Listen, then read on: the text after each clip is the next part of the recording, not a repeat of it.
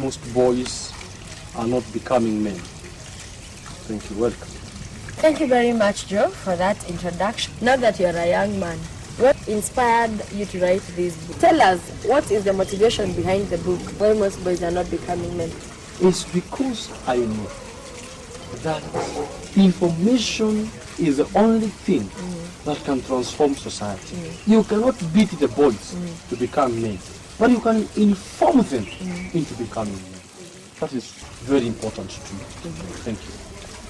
I have gone through the book personally, and there is a lot of rhetoric as you read on, and questions that arise, maybe things that we have taken for granted, we have let them slip by and assume that the boy, now that he's regarded as the sterner sex or the stronger sex, there is not much attention that needs to be paid to him.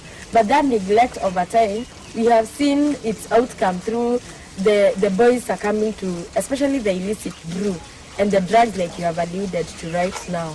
And I must say that it was a wake-up call, even at a personal level, because the man has, for a long time, traditionally been regarded as the head of society.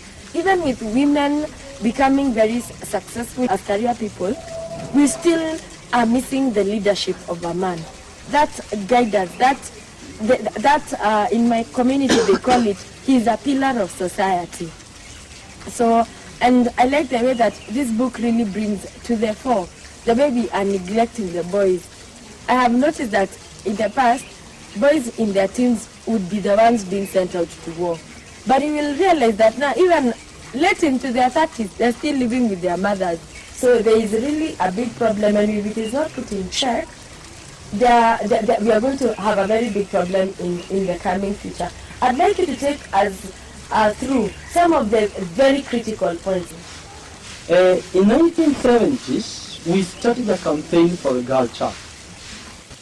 And we did a lot of organizations to empower the girl child. It is okay. It was a case within its time.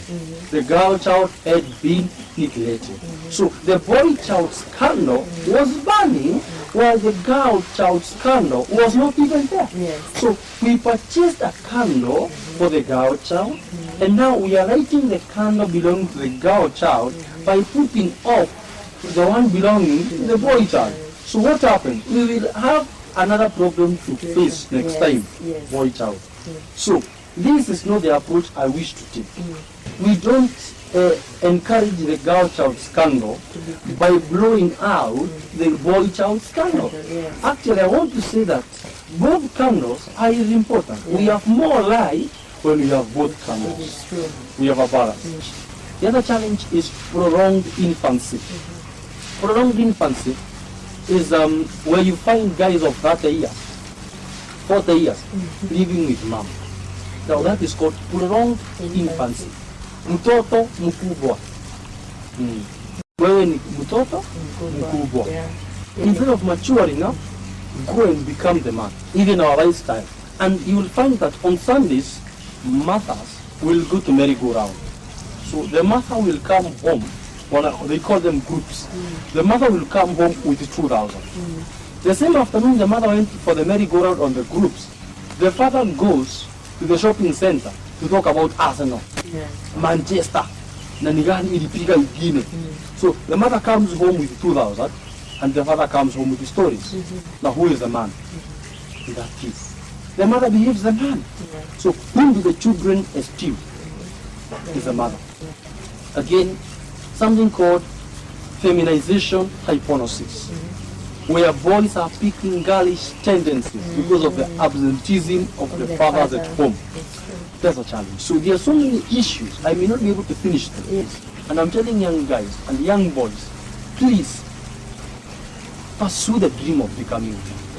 It is not automatic that when you are born a boy, you must become a man. And I want to say becoming a man is not an issue of being tall. Kurefuka si shida. Kama kurefuka ni shida, miti ni mirefu. Na kuwa mwanaume zi ndevu. Kama ndevu, mbuzi wanazo. So being a man is choosing to do the right thing and ignoring that which is wrong. It is choices, decisions. true. I think you have addressed some very interesting bits, because with the empowerment of women, we have now a lot of women by choice raising children on their own. This is an issue that has been addressed by Steve Covey in the 7 Habits of Highly Effective People, and he fronts a principle where he says that we should encourage character ethic as opposed to personality ethic.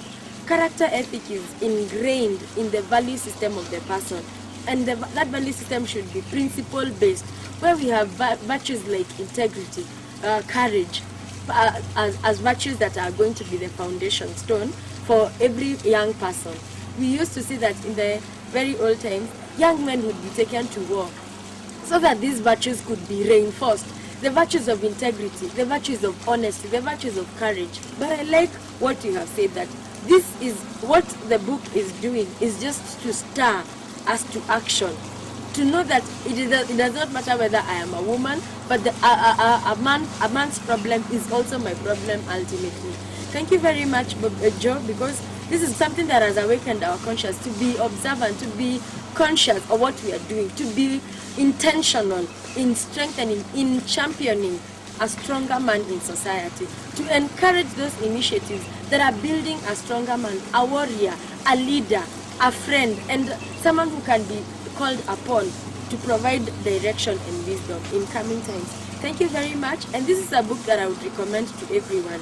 If you are looking for a starting point on where to make an intervention, then this is a must-have. Thank you very much for joining us today. Goodbye.